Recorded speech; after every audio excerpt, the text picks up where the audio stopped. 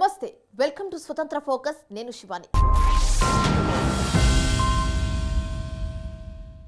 మొత్తం మీద 4 విడత ఎన్నికల ప్రక్రియ విజయవంతంగా ముగిసింది.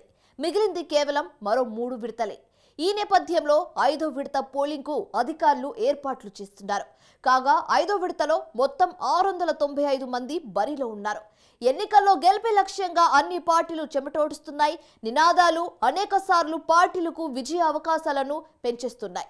గరీబీ హటావ్ నినాదం ఇప్పటికే పాపులర్. ఒక్కోసారి ఒక్కో నినాదం పేలుతుంది, జనంలోకి దూసుకువెళ్తుంది. ఇదిలా ఉంటే ఇది ఎన్నికల నామ సంవత్సరం.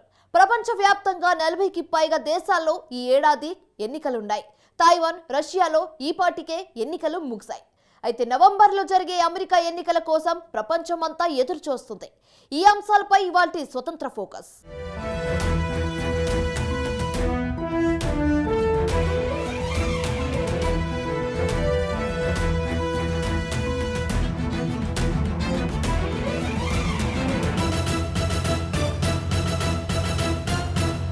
ఇప్పటికే 4 విడతల లోక్సభ ఎన్నికల ప్రక్రియ విజయవంతంగా పూర్తయింది. ఇక కేవలం 3 విడతల పోలింగ్లే మిగిలింది. ఈ 3 విడతల పోలింగ్ లో గెలిపే లక్ష్యంగా ఎన్డీఏ కూటమి, ఇండియా కూటమి పోటీ పడుతున్నాయి. కాగా మే 20న 5వ విడత పోలింగ్ నిర్వహించడానికి అధికారులు ఏర్పాట్లు ప్రారంభించారు. 5వ విడతలో మొత్తం 695 మంది బరిలో ఉన్నారు.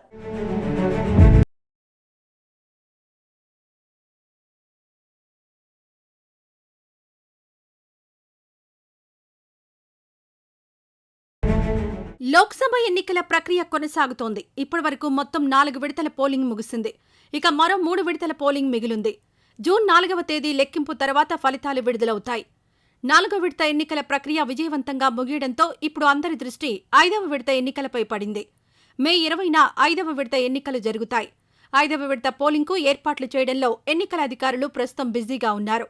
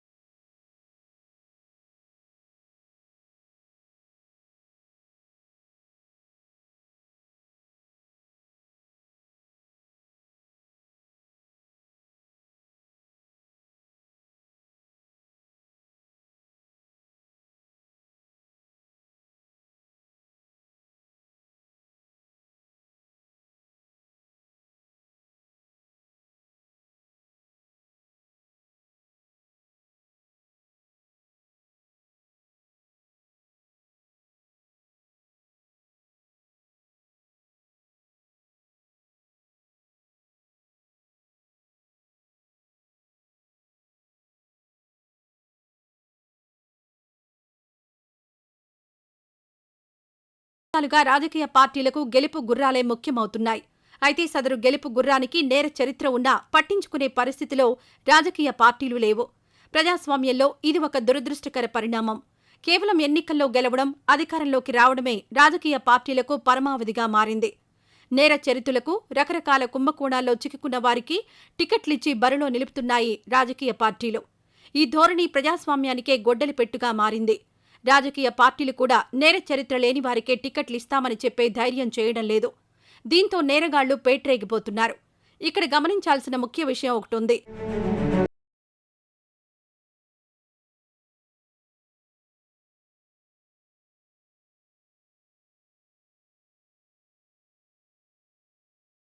భారతదేశ రాజకీయాల డైనమిక్స్ కొంతకాలంగా మారుతోంది.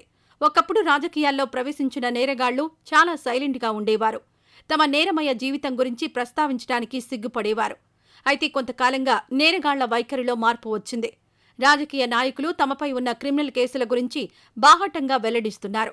రాజకీయ ప్రత్యర్థులను బెదిరించడానికి తమకు నేర చరిత్ర ఉన్న విషయాన్ని కూడా అదేదో పెద్ద కిరీటంలా గొప్పగా చెప్పుకుంటున్నారు. నేరగాళ్లను రాజకీయాల్లోకి రాకుండా అడ్డుకోవడంలో ఎన్నికల సంఘం బలహీనంగా వ్యవహరిస్తోందన్న ఆరోపణలు కూడా ఉన్నాయి.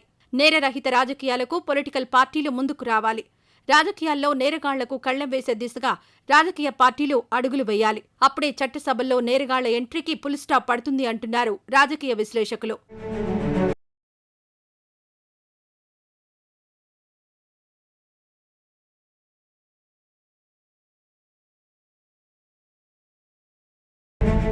మొత్తం 695 మంది అభ్యర్థుల్లో 33% మంది కోటీశ్వరులు. ఎన్నికల అఫిడవిట్ ప్రకారం కోటీశ్వరులైన అభ్యర్థుల సరాసరి ఆస్తుల విలువ 3.56 కోట్ల రూపాయలు.